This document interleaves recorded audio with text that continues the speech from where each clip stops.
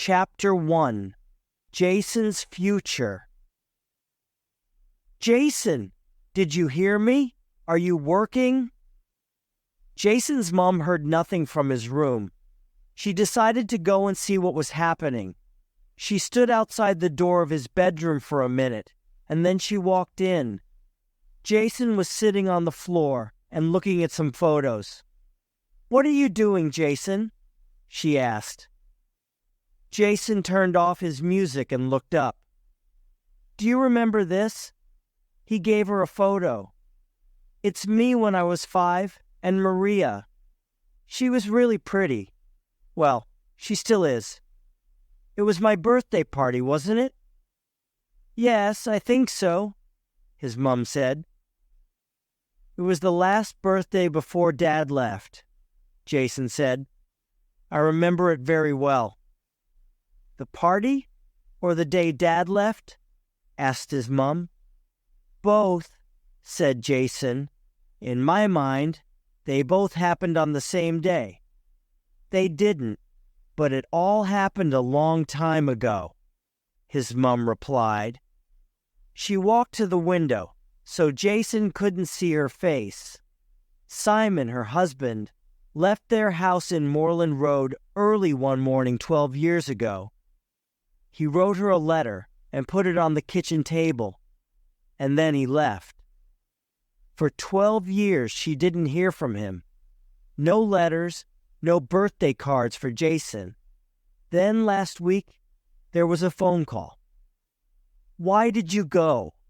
she asked Simon again and again. He wanted to meet her.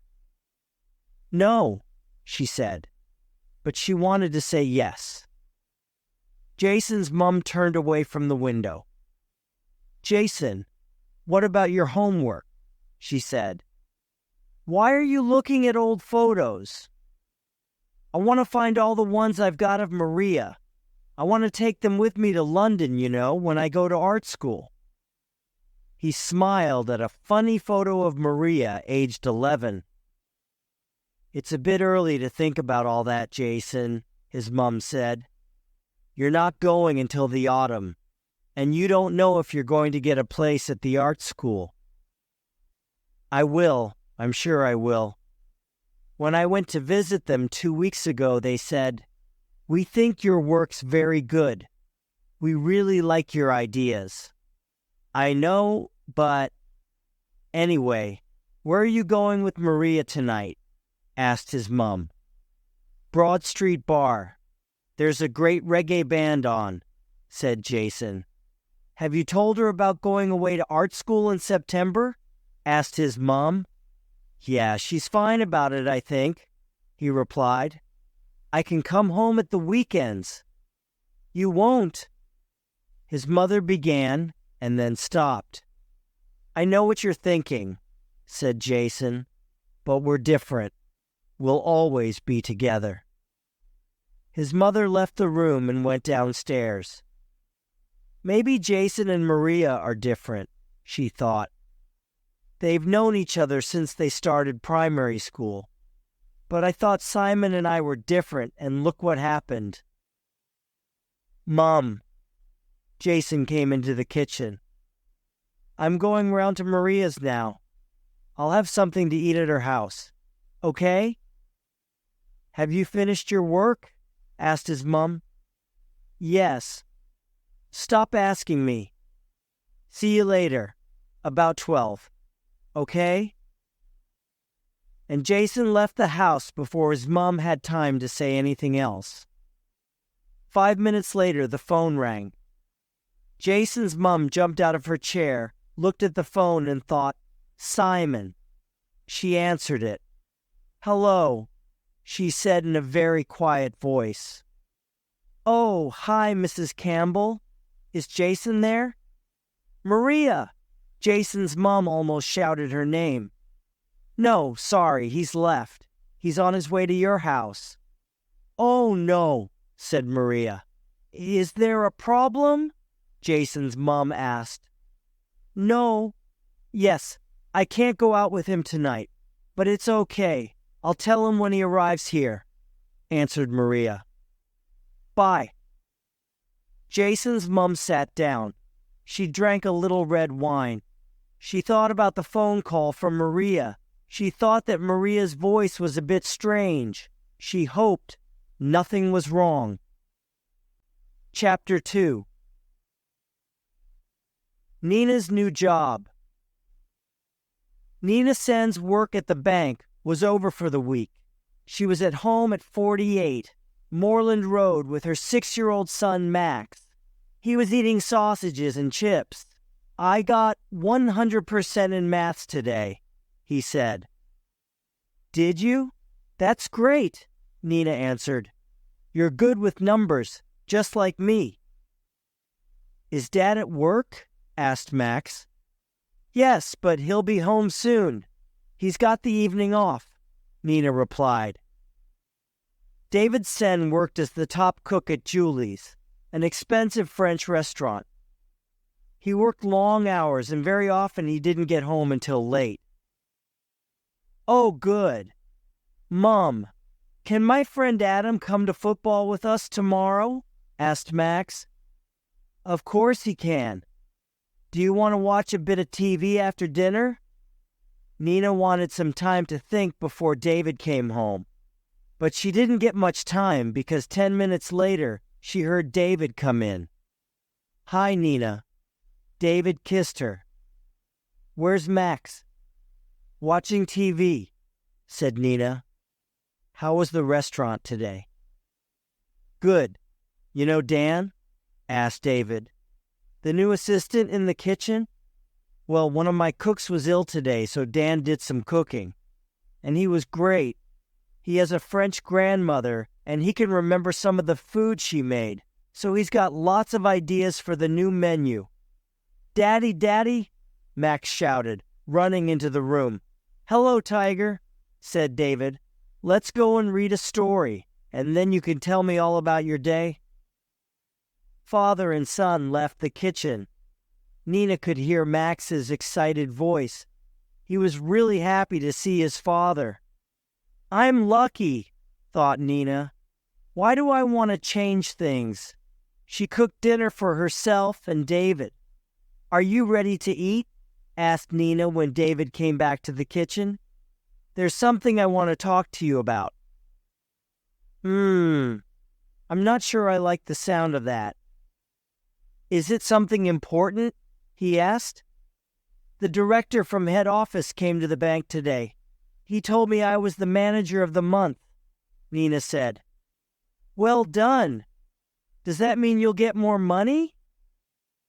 David laughed. "In a way, yes.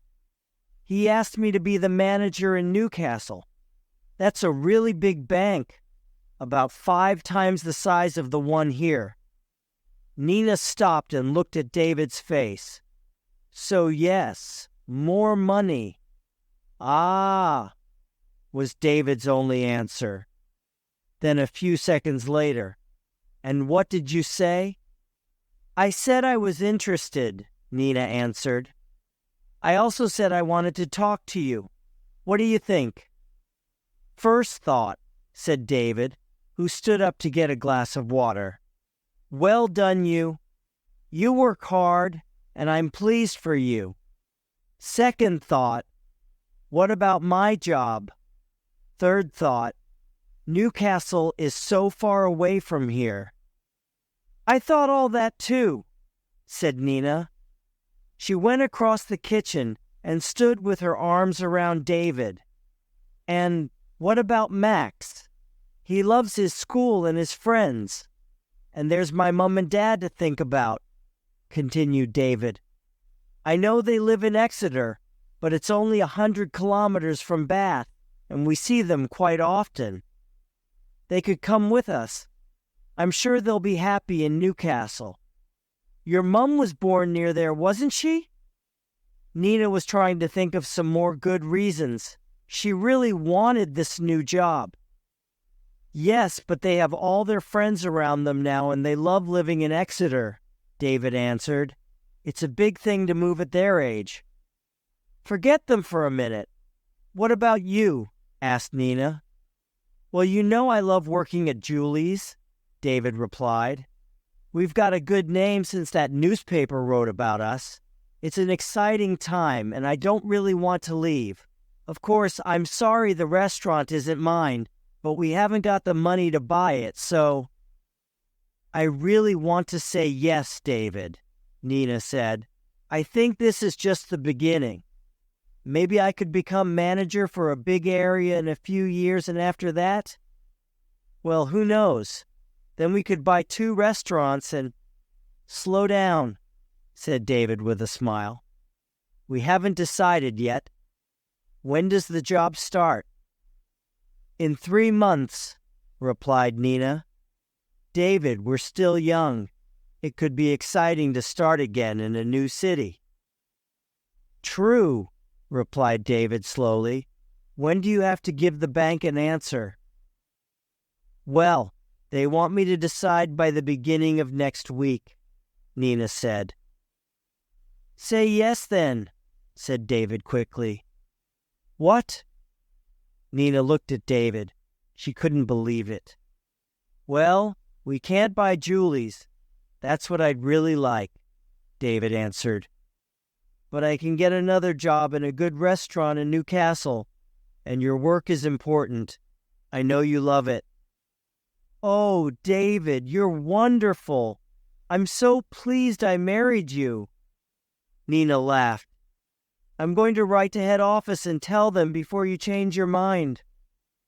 David pulled Nina close and kissed her. "I hope we've done the right thing," he said.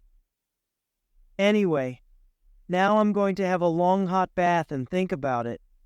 And then I must phone Mom and Dad. I haven't spoken to them all week." "Don't tell them yet about Newcastle," said Nina. "Let's keep it to ourselves for the weekend." Nina sat at the table and wrote. Then she walked down Moreland Road with her letter and put it in the postbox on the corner. She heard a soft plop sound as it fell onto the other letters in the box. "We've decided what to do and nothing can change that now," she thought. Chapter 3. Dinner at Maggie's. Maggie was sitting on the sofa. She had a photo in her hand. She was thinking about her holiday in Chile last month. She and her friend Belen went to Chile for 3 weeks, walking in the Andes Mountains. It was a wonderful time. Well, actually, I don't think the holiday was as wonderful for Belen as it was for me, Maggie thought.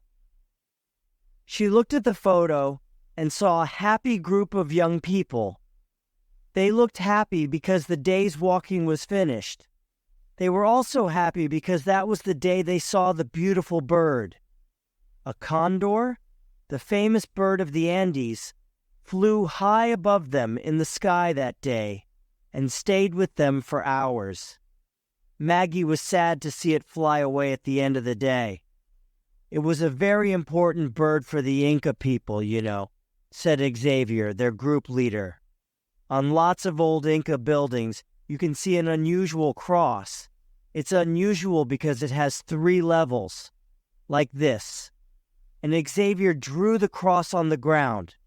He continued, "For the Incas, each level was a different world, the lower world, this world, and the higher world. And there was an animal for each world.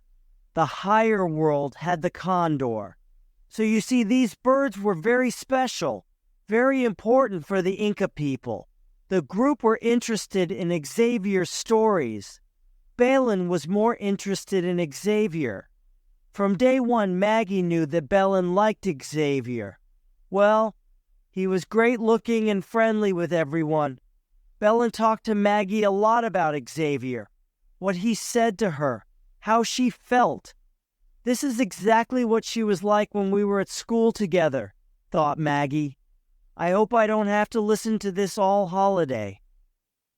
At the end of the first week, Maggie went for a walk after dinner without the others. She didn't go far. She just wanted to be quiet and on her own with the stars and the dark sky. She stood looking up and then she knew that someone was behind her. She turned round and saw Xavier. "Are you okay, Maggie?" he asked. "Fine," she replied.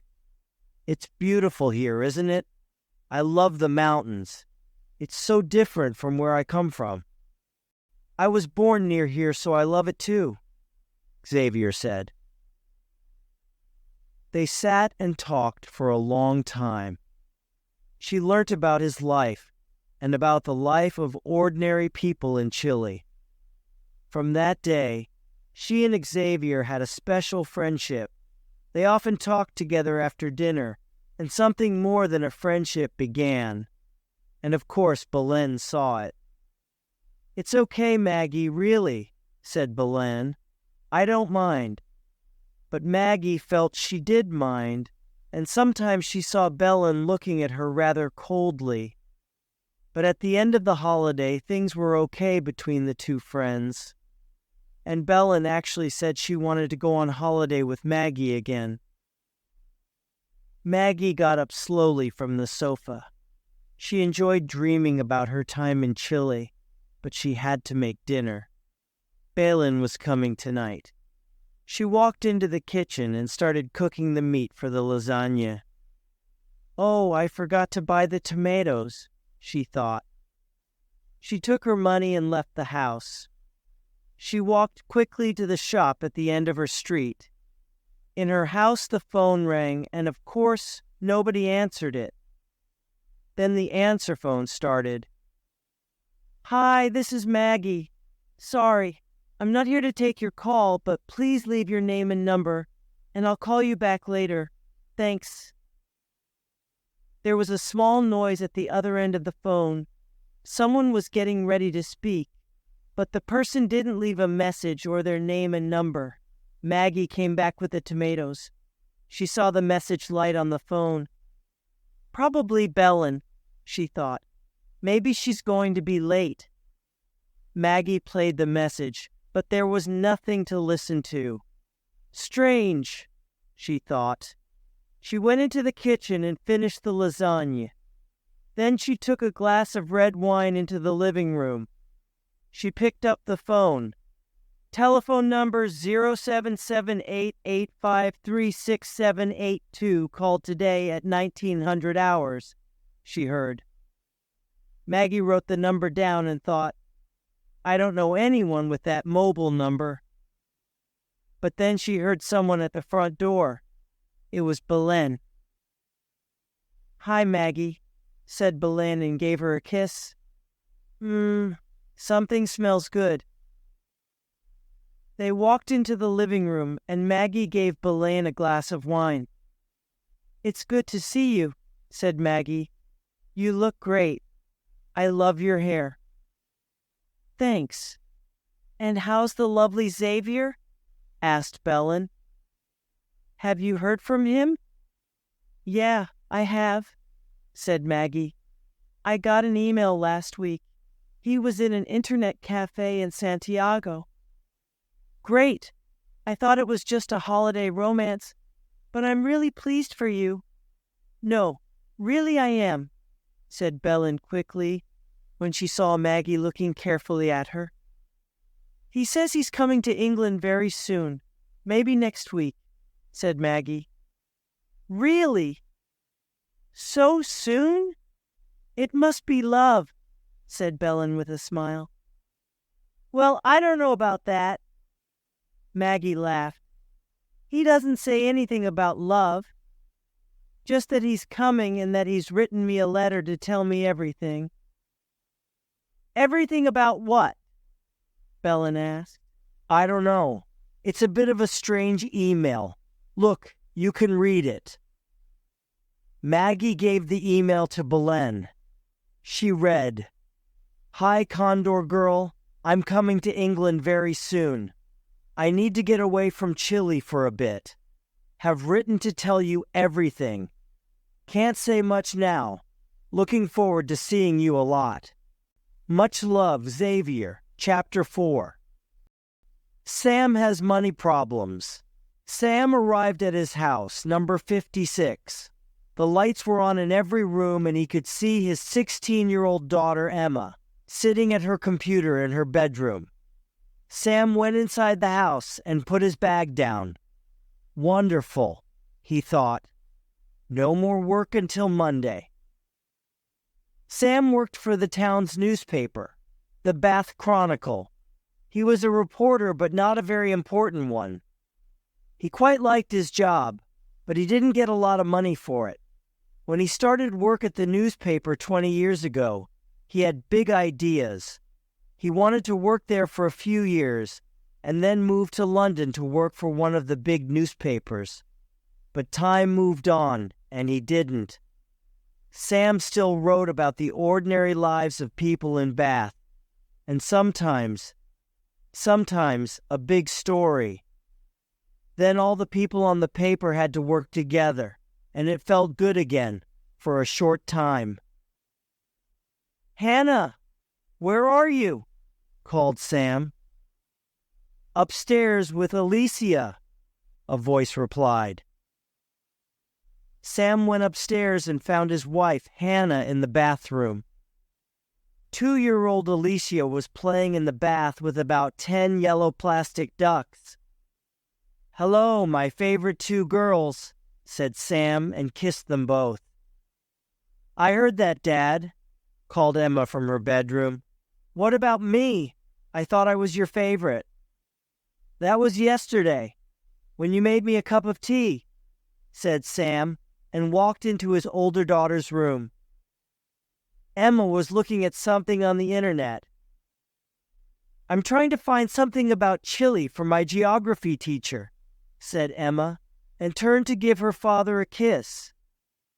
"Go and ask Maggie. She's just come back from Chile," replied her father. "No, it's okay. I'll find it on the internet. It's quicker. Anyway, she probably doesn't know much about the Mapuche Indians." "Dad, you know I really like geography, don't you?" asked Emma. "Yes," replied her father. "Well, our teacher wants to take us to Norway after school finishes in the summer. She told us about it today. It sounds wonderful. Can I go?" Emma looked at her father. He could see how excited she was. "It'll be expensive, won't it?" asked Sam. "I'm not sure," replied Emma, but she knew it wasn't cheap. "There's the money I got for my birthday. We can use that." "Yes, but that's not enough for a holiday to Norway. I'll talk to your mom about it," said Sam, and he left the room, again thinking about money. Sam went into his other daughter's bedroom. Hannah was sitting on the bed. Alicia was nearly asleep, so Sam kissed her good night. "How much does Emma need for Norway?" he asked Hannah as they walked downstairs. "A lot. About 700 pounds, I think. And she has to tell her teacher on Monday if she's going," replied Hannah. "She really wants to, Sam. I know. I'll try to find the money from somewhere." Sam walked into the back garden for a cigarette. Hannah sat down at the kitchen table to read the newspaper. Hannah looked up when Sam came back in and said, "I could get a job, Sam, but I really want to stay at home with Alicia for a bit longer." "I know, and that's fine," said Sam. "I'll ask Jeremy to lend us some money. I don't like doing it, but I've done it before. His older brother, Jeremy, had a good job. He worked in the world of computers where nobody thought about not having enough money. Jeremy was strong. Some people thought he was hard, not strong. Every job he got was better than the last one. He wasn't happy if life was too quiet and easy. He was a doer, not a thinker. His wife was the same. They both worked and played really hard.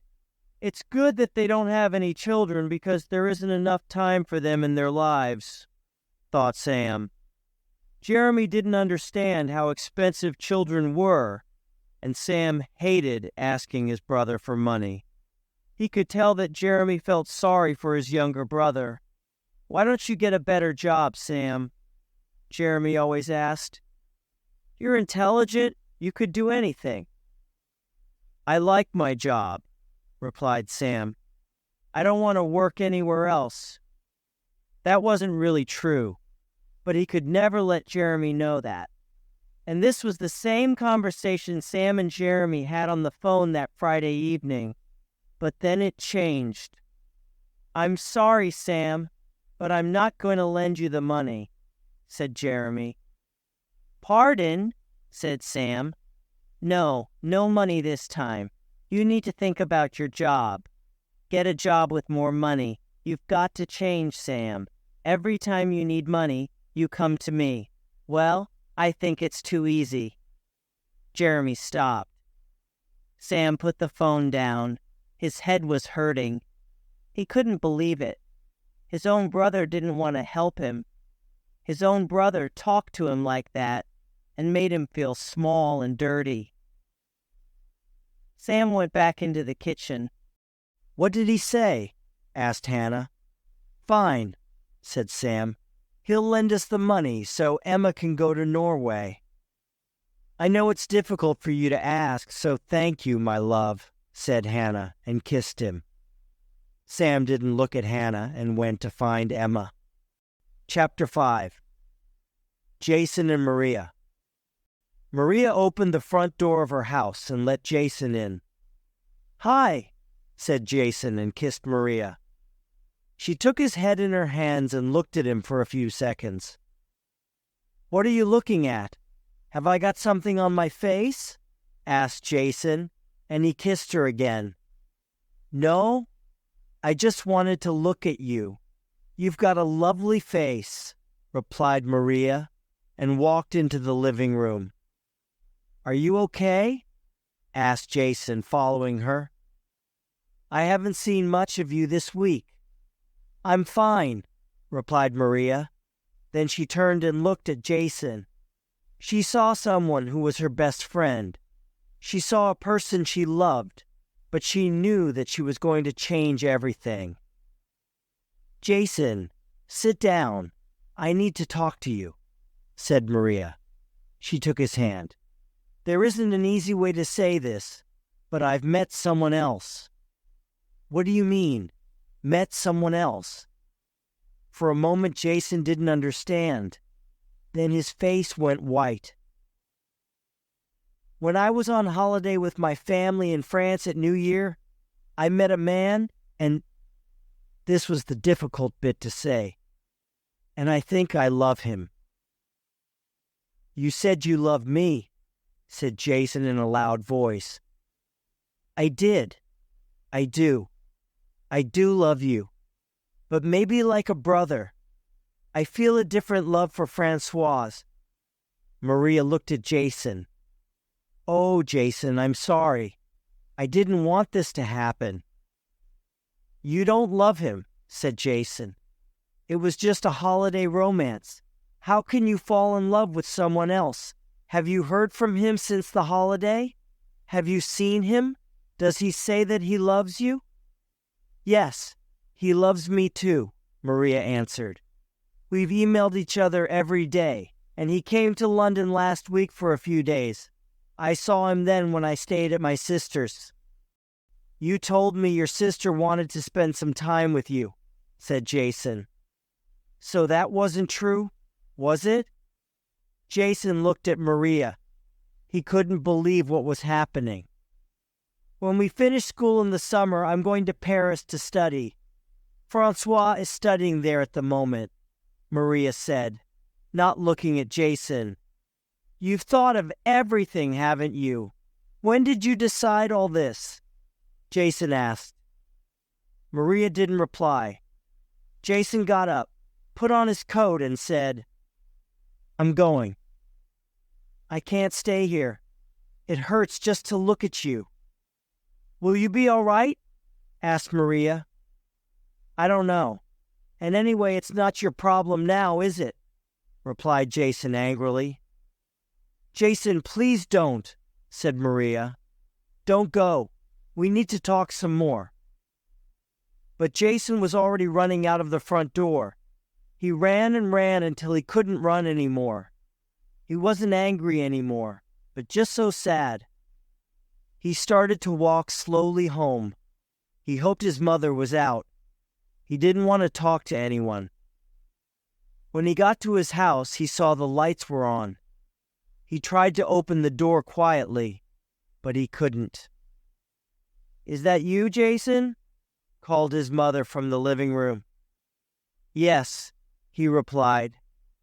She came to the door of the living room. "Why are you back so early?" "I'll tell you tomorrow," replied Jason. "I'm going to my room now." "Please, can you come into the living room for a moment?" his mother said.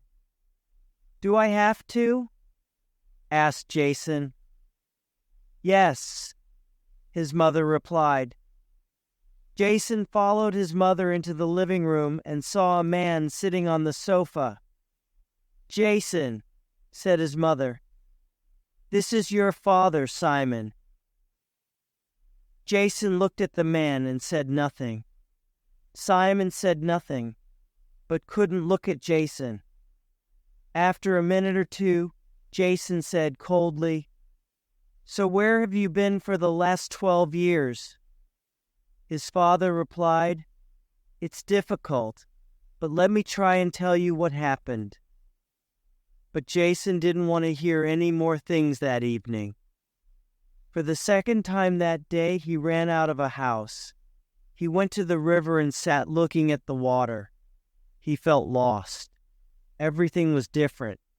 Maria loved someone else, a strange man, someone he called Dad 12 years ago, was sitting in his house. Jason felt he was going mad. The weather was cold and it was raining, but he just sat looking at the river. For a moment he thought about jumping into the water and letting it take him away. Who will be sorry? Nobody, he thought. But deep inside, he didn't really believe that.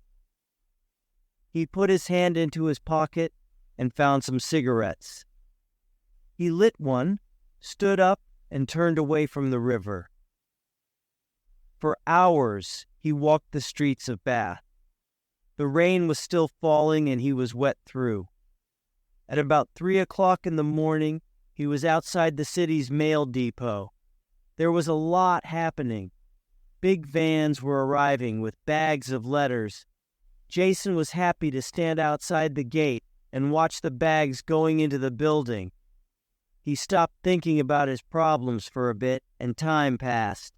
One of the men shouted to him, "Hey mate, you all right? Want a job or something?" Jason didn't answer. A voice called out from inside the building, "Harry, tea's ready. Leave those bags and come and get it." The big gate opened to let the next van in, and Jason just followed. The man at the gate didn't see him behind the van. He was too busy reading his newspaper. The driver got out of the van and went inside. Then there was nobody but Jason. He wanted to get out of the rain, so he got into the van and sat down between the bags of letters. It was dry and comfortable. He smoked his last cigarette and then closed his eyes. He woke up a short time later when he heard the sound of people laughing in the building. For a moment, he didn't know where he was. Then he remembered. He knew he must go home and talk to his mother. Then there was his father. Jason was angry with him, but he did want to know why he was back. "And I don't want anyone to find me in this van," he thought. He jumped out and waited in the dark for the gate to open again. When it did, he ran out. A voice called out behind him, "Hey, you! Stop!" But he didn't. He ran on. His head was hurting and his clothes felt wet and uncomfortable. There was only one thing in his life that made him feel good: going away to art school in the autumn. It was really important that he heard from the London Art School soon. Chapter 6. Nina and David talk. David lay in the bath. He thought about Nina's new job and about all of them moving to Newcastle. He loved working at Julie's and he was sorry to leave it. And Max liked his school. But Nina was important too. David knew she was wonderful at her job. He got out of the bath and put on his jeans and a blue sweater. He went into Max's bedroom. His son was asleep. David sat on his bed for a few minutes. Then he gave him a kiss, turned off the light, and left the room. "Just going to phone Mom and Dad," David called to Nina. "Okay, remember, don't tell them about my new job," said Nina. "No, I won't," replied David. David phoned his father. "Hi, Dad. Are you okay?" "Fine," replied his father. "Your mother and I had a lovely walk by the sea this afternoon. Anyway, it's good you phoned. We wanted to tell you there's something in the post for you, for your birthday on Tuesday. It'll be a surprise, I know, but I hope it's a good surprise." "That sounds interesting," said David. "Are you going to tell me anything more about it?" "No, you'll have to wait. Let me just get your mother. I know she wants to speak to you," his father said. "Joan," his father shouted to his mother. "It's David on the phone." "Coming." David heard his mother's voice, and then he heard her say in a quiet voice to his father, "Have you told him?" And the answer, "No." "Hello, David," said his mother. "Are we going to see you soon? Can you come down next weekend?" "Yes, on Sunday," said David. "We can't on Saturday because I'm working, but Sunday will be fine." "Oh, good," replied his mother happily. "We want to see our lovely grandson again. We're lucky that you live near so we can see him quite often." David said something, but all the time he was thinking, how can we tell them that we're taking him away to Newcastle? "I'll give the phone back to your father now. I know he wants to tell you something about the garden," his mother said. "See you all next Sunday." "Bye, Mom," David said. He then listened to his father talking about some ideas he had for his garden. David could hear how excited he was. His father was only really happy when he was outside and doing things. At the end of the conversation, his father said again, "I hope our surprise for your birthday is what you want." "I'll ring you as soon as I get it," replied David. "Bye for now, Dad." David put the phone down and walked into the living room.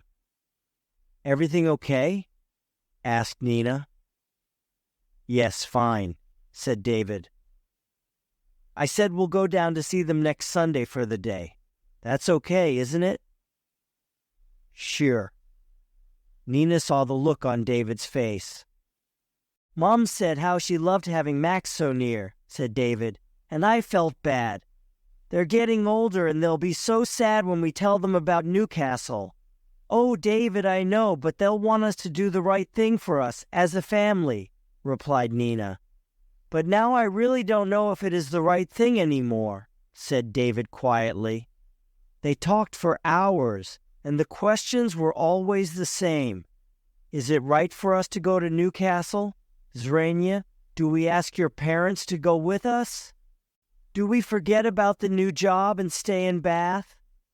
And then there was a new idea. Maybe David and Max could stay in Bath and Nina could go to Newcastle for the week and come home every weekend. But how could David look after Max and work in the restaurant? In the end, they agreed.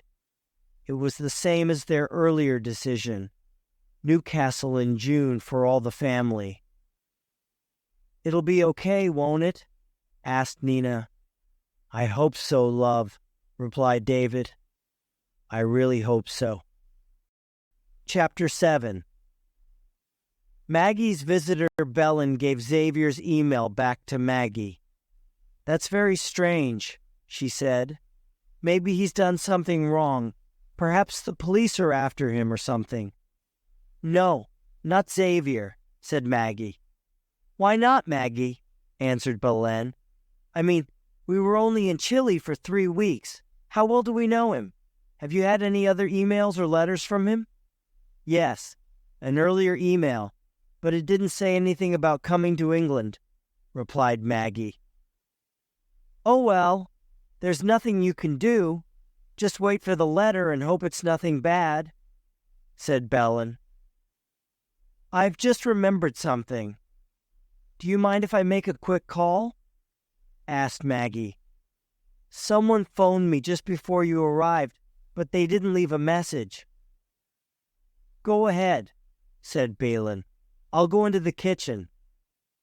No problem," answered Maggie. "Stay. I won't be a minute. Then we can eat." Maggie rang the mobile number. "Hello," said a foreign voice. It was a man. "Oh, hello," said Maggie. "You called this number earlier. Bath 726549. Who are you?" "I'm sorry," answered the man. "It was the wrong number." "Oh, okay. Bye then," said Maggie, and put the phone down. Wrong number. Maggie turned to Belen. "Someone with a Spanish-sounding voice, I think." "From Chile, perhaps?" asked Belen. "Maybe," said Maggie. "Anyway, it's not important. Let's go into the kitchen and have dinner." Maggie and Belen ate the lasagna. They looked at photos from their holiday and laughed at some of the things they remembered. There was a noise from the living room and they both jumped. "It's okay," Maggie laughed. "It's only the window. When it's windy, it always makes a noise." But then there was another different noise. Someone was at the front door. "What a bad time to call," said Maggie. She walked to the front door. When she opened it, she saw a man. "Yes?" she asked. "Can I help you?" "Are you Maggie Cox?" asked the man. "Yes," answered Maggie. "And who—" But she didn't finish her question. The man came into the house and closed the door behind him. "Excuse me," said Maggie angrily. "What are you doing? Who are you?" Belen heard her shouting and came out of the kitchen. "Sit down, both of you," said the man quietly. "I don't want to hurt you." Belen and Maggie sat together on the sofa. "I'm looking for a friend of yours, Xavier Santos," said the man. "He's not here," said Maggie and Belen at the same time. "Who are you?" asked Maggie. "Let's just say I'm a friend of the Santos family," answered the man. "I know he's in England, and I want to talk to him." "I haven't heard from him since we got back from Chile," said Maggie quickly. "Really?" said the man.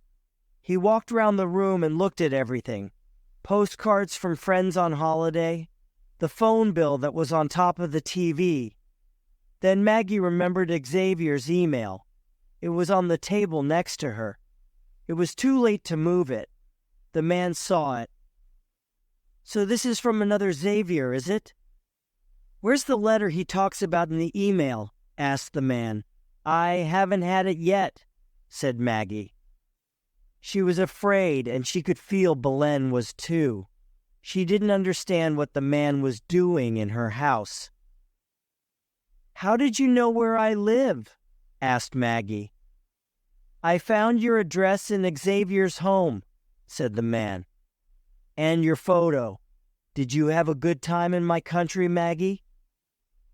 Maggie didn't answer the question. She asked, but half of her didn't want to know. "Why are you looking for Xavier?"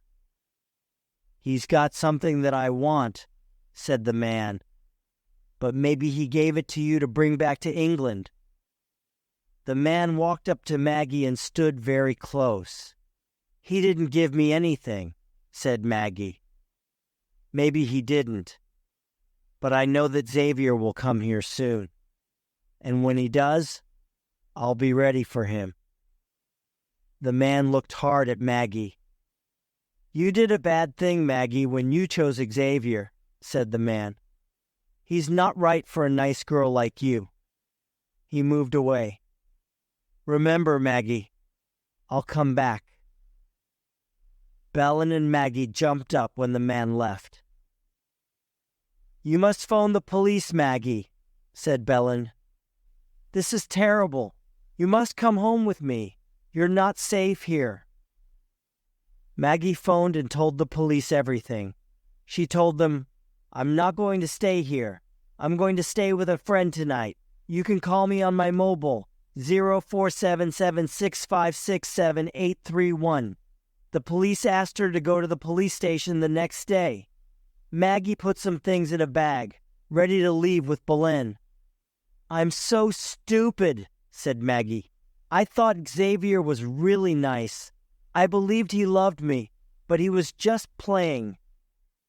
Maggie and Belen called a taxi and left Moreland Road half an hour later. Chapter 8. What Sam Didn't Know. "How am I going to find 700 pounds? Thought Sam that Friday evening. And why didn't I tell Hannah about Jeremy? But it was too late now. Emma was going to Norway.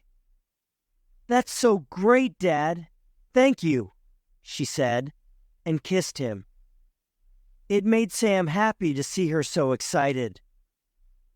"I know what I'll do," thought Sam sadly. "On Monday morning I'll take some of the jewelry my mother gave me before she died. There's a jeweler's shop on the way to work. I'm sure they'll be interested in buying diamond rings." Sam didn't want to sell the jewelry. He knew his mother wanted Emma to have it.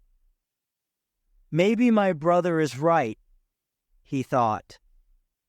"I do need a job with better money. I don't know how much longer we can go on like this." That Friday morning, 600 kilometers away in the city of Edinburgh, something important happened that could change Sam's life. But Sam knew nothing about it. Two people, a man and a woman, arrived at the offices of lawyers Barrett, Grab, and Lennox.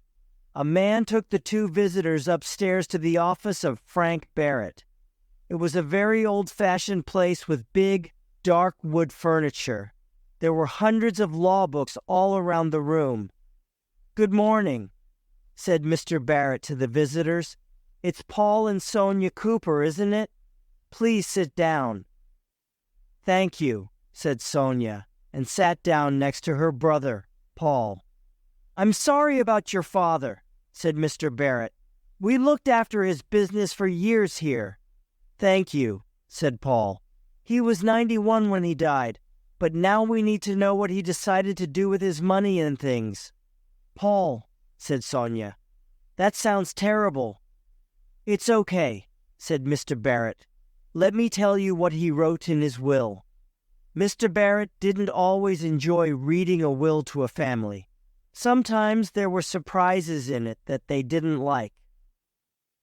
"I leave my house and all that is in the house to my two children, Paul and Sonia. My money I give to my grandchildren, Robert, Amy, and Charlie." Paul and Sonia looked pleased. He continued, "But not all of it." Their smiles became smaller. "I want to leave some of my money to a special person who was a good friend to me in my life, Samuel Davies. About 30 years ago, when my wife died, Sam lived next door to me. He was a young man, but he spent many hours with me at that time. He visited me most days and listened to me when I talked about my wife. He was a true friend. I've never forgotten how kind he was. I want to say thank you to him and to give him 50,000 pounds.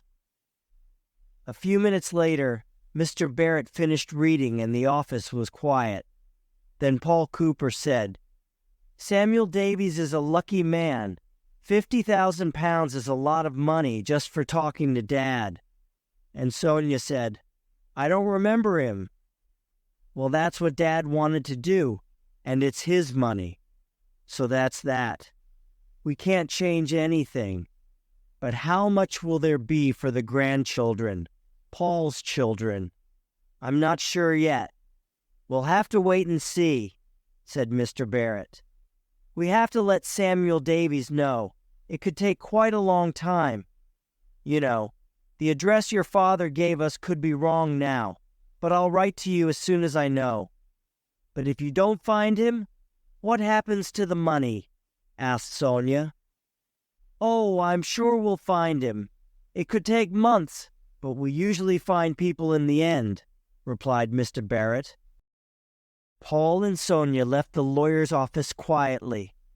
Mr. Barrett gave some papers to his secretary, and she wrote a letter to Samuel Davies. At lunchtime, she took the letter to the post office. As she put it in the post box, she thought, "Lucky Samuel Davies. What's he going to do with 50,000 pounds? Back in Bath that Friday evening, of course, Sam had no idea about Mr. Cooper and his money. He went to bed unhappy. Was it right to sell his mother's jewelry? And what job could a man his age get that paid more money? Chapter 9. Fire. At 3:30 on the morning of Saturday the 15th of March, a small fire started in a van at the back of the mail depot in Bath. Nobody saw it at first because everyone was inside the building. Then someone smelled something and shouted, "Fire!" Another person ran outside and saw what was happening. Someone else phoned the fire service. They tried to put out the fire, but they couldn't. The fire service arrived very quickly and put out the fire. But 2 big bags of letters were lost. In those bags were 4 very important letters for some people in Moreland Road. St. Martin's School of Art, Charing Cross Road, London, W18XA, Jason Campbell, 12. Moreland Road, Bath, B6 5LZ, 13th March. Dear Jason, thank you for coming to see us last week. We really like your work, and we think that you are the kind of student who will do well here at our college. We are very happy to offer you a place here from September. As you know, there are many students who want to come to this art school, so it is important that you reply to us. Please tick V, the box below, and return the letter to the above address by the 25th of March. We look forward to hearing from you soon. Yours sincerely, Neil Parker. Yes, I can take a place on the art course, starting in September. No, I cannot take a place on the art course, starting in September. 120 Wharf Road, Exeter, 13th March. Dear David, first of all, happy birthday. We hope you have a really lovely day.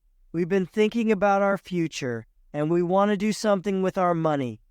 We have enough for ourselves, so we've decided to spend some. We know how hard you work at Julie's, and we know that you've always wanted it to be yours, so we've bought it for you. We met Jean-Pierre last month and agreed a price. Yesterday we heard that it's now ours. Well, yours actually. We both know that you're going to make the restaurant better than ever. Can we come to dinner on your first big night? Lots of love to our wonderful son, Mum and Dad Santiago. 6th March, dear Maggie. Hope you got my email. And I hope this letter won't make you angry. I'm coming to England because I must leave Chile. I haven't done anything wrong, but my brother has. He's in with some bad people. My brother has disappeared. Nobody knows where he is. His friends think I've got some of his papers, but I haven't. So I want to come to England and get away from all these problems. Maybe I can get a job and stay there for a bit. Also, I want to see you.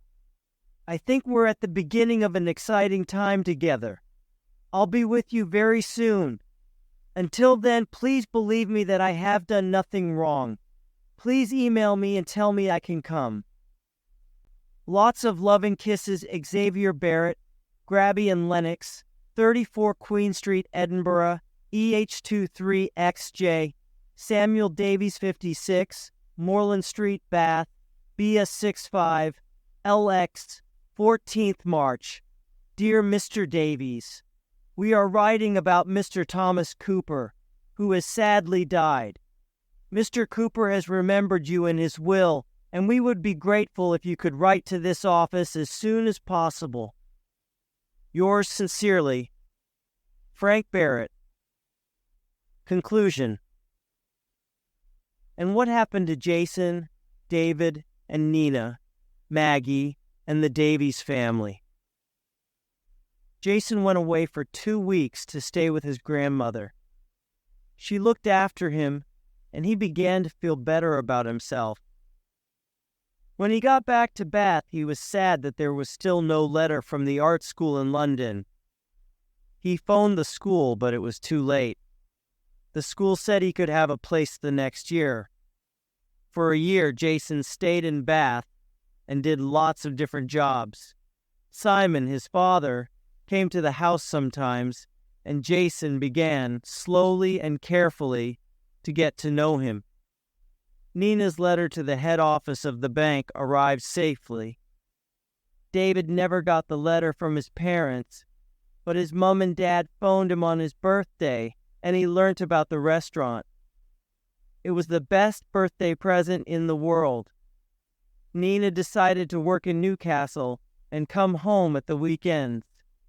They were lucky because David's niece came to study at Bath University.